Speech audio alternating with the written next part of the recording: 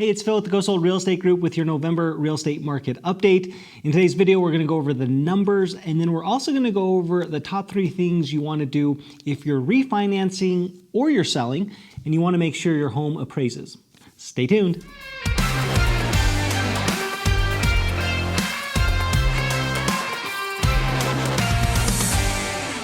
All right, let's start off with the active homes. For the month of October, the active homes were anywhere between 6,800 all the way up to 7,600. Still a very low supply, still a very strong market for these sellers.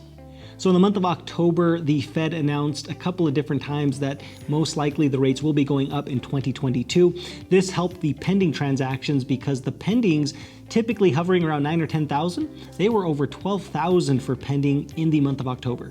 And then last but not least, the homes that actually sold in the month of October, just over 8,300 homes, a very strong month, again, for the sellers. This puts them in the driver's seat still when it comes to selling the property and selling for top dollar.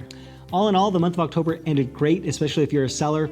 The same old story applies just like the previous months. We had the low interest rates. We had a lot of clients moving from out of town into Phoenix. And then of course, last but not least, we still have a lot of those hedge funds paying cash for homes.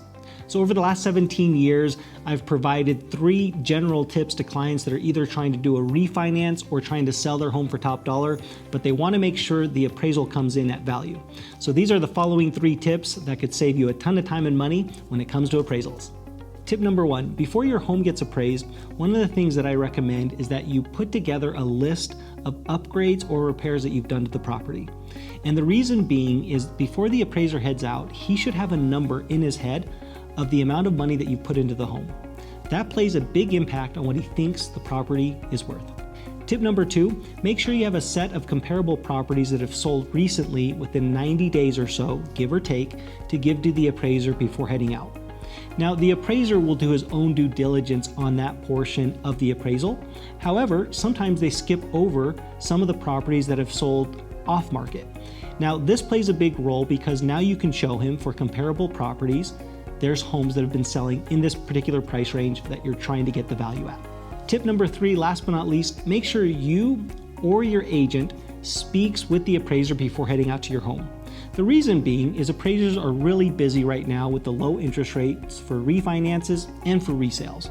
And any time that they can put a voice to a person, it actually goes a long way because at the end of the day, the appraisers do ultimately play a huge role in what they think the property is worth.